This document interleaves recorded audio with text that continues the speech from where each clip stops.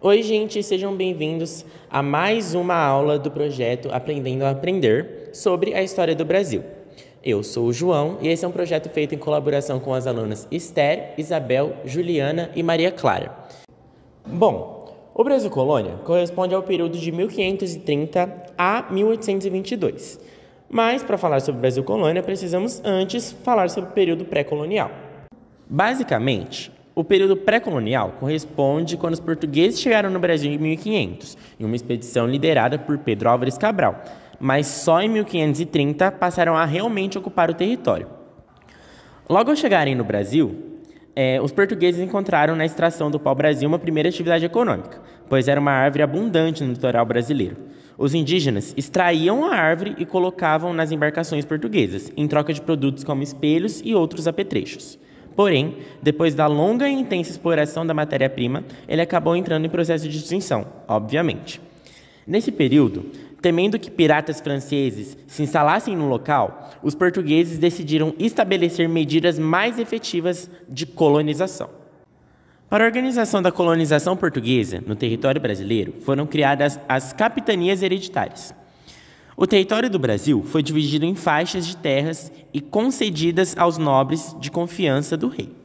Os principais objetivos eram povoar, defender e explorar o território economicamente. Mas, após mais de uma década desse sistema, os portugueses identificaram que ele não tinha prosperado como se esperava, e só duas capitanias tiveram bons resultados: São Vicente e Pernambuco. Falta de recursos e inexperiência administrativa foram dois fatores que contribuíram para o fracasso delas. Então ocorreu a mudança do sistema administrativo, que passou a ser o governo geral, com o objetivo de centralizar a administração colonial. Ao governador estava determinada as funções administrativa, judicial, militar e tributária. De 1580 a 1640. Portugal e todas as suas colônias ficaram sob a coroa da Espanha, período chamado de União Ibérica. Vamos falar um pouco agora sobre a economia colonial. Ela consistia na exploração de riquezas para atender aos interesses do mercado externo por meio da mão de obra escravizada. Percebendo que a terra colonial era fértil e o clima favorável, os portugueses deram início à plantação de cana-de-açúcar. Engenhos foram construídos no litoral nordestino para a produção açucareira. Com o fracasso da escravização da mão de obra indígena, eles passaram a escravizar os negros africanos. À medida que se produzia açúcar, maior era o número de escravizados negros em solo brasileiro. O tráfico negreiro se tornou uma atividade econômica altamente lucrativa. No século XVIII, foram encontradas na região de Minas Gerais as primeiras minas de ouro. Logo que a notícia se espalhou, milhares de pessoas se deslocaram para as regiões, dando origem às primeiras cidades do interior brasileiro, como Ouro Preto, Mariana e a cidade de Goiás.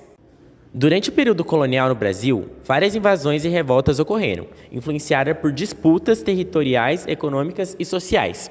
Aí no slide vocês vão poder encontrar alguma dessas invasões e revoltas. No Brasil Colônia, existiam 3 grupos étnicos que formavam a sociedade colonial brasileira: indígena, pertencente às tribos indígenas; branco europeu, portugueses que vieram para o Brasil; e os negros, trazidos como escravos da África.